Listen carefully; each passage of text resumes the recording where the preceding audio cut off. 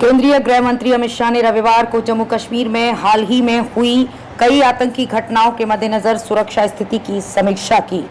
गृह मंत्री ने 29 जून से शुरू होने वाली वार्षिक अमरनाथ तीर्थ यात्रा की तैयारियों की भी समीक्षा की। गृह मंत्री को जम्मू कश्मीर के मौजूदा हालात के बारे में विस्तृत जानकारी दी गई है, जहां आने वाले दिनों में सुरक्षा बलों द्वारा आतंकवाद विरोधी अभियान तेज किए जाने की उम्मीद है। उन्होंने कहा कि आतंकवादियों के खिलाफ अभियान प्रधानमंत्री के निर्देश के अनुरूप चलाए जाएंगे। शाह ने यहां नॉर्थ ब्लॉक में उच्च स्तरीय बैठक की अध्यक्षता की।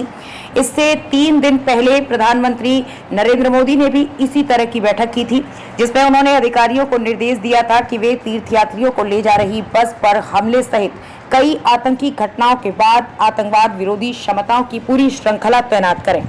बैठक में राष्ट्रीय सुरक्षा सलाहकार अजीत डोभाल, जम्मू कश्मीर के उपराज्यपाल मनोज सिन्हा, सेना प्रमुख जनरल मनोज पांडे, सेना प्रमुख मनोनीत लेफ्टिनेंट जनरल उपेंद्र द्विवेदी, केंद्रीय गृह सचिव अजय भल्ला, खुफिया ब्यूरो के निदेशक तपन डेका, सीआरपीएफ के महानिदेशक अनीश दयाल सिंह, बीएसएफ के महानिदेशक नितिन अग्रवाल, जम्मू कश्मीर पुलिस के महानिदेशक आर स्वैन और अन्य शीर्ष सुरक्षा अधिकारी शामिल हुए।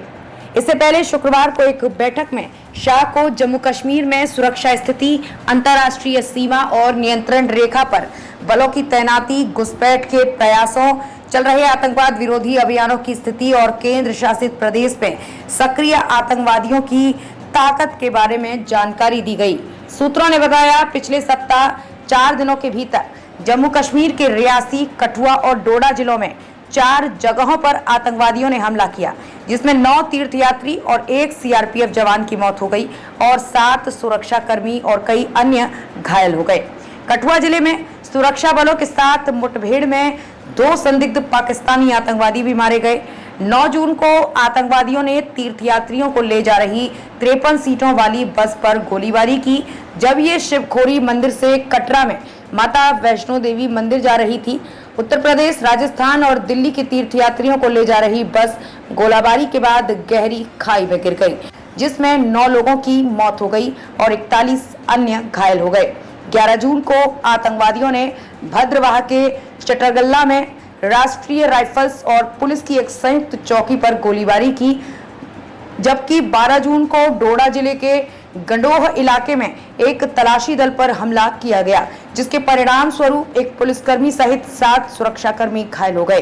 13 जून को मोदी ने गृह मंत्री से बात की और सुरक्षा बलों की तैनाती और आतंकवाद विरोधी अभियानों पर चर्चा की। प्रधानमंत्री ने जम्मू कश्मीर के उपराज्यपाल से भी बात की और केंद्र शासित प्रदेश की स्थिति का जायजा लिया। सिन्हा ने उन्हें स्थानीय प्रशासन द्वारा किए जा रहे प्रयासों की जानकारी दी। बैठक में प्रधानमंत्री के क्षेत्र में सुरक्षा संबंधी स्थिति की पूरी जानकारी दी गई और आतंकवाद विरोधी प्रयासों से अवगत कराया गया।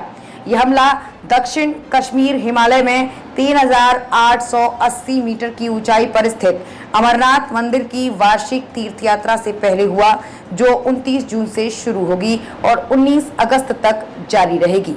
जम्मू और कश्मीर में अमरनाथ तीर्थयात्री 2 मार्गों बालटाल और पहलगाम से यात्रा करते हैं।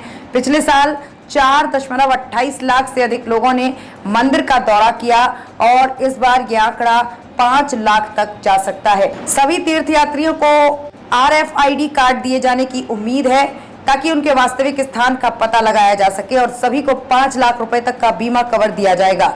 तीर्थयात्रियों को ले जाने वाले प्रत्येक जानवर के लिए 50,000 रुपए का बीमा कवर भी होगा। सूत्रों ने कहा कि शाह हवाई अड्डे और रेलवे स्टेशन से तीर्थ यात्रा आधार शिविर तक के मार्ग पर सुचारू व्यवस्था करने और सभी तीर्थयात्रियों की उचित सुरक्षा पर जोर दे रहे हैं।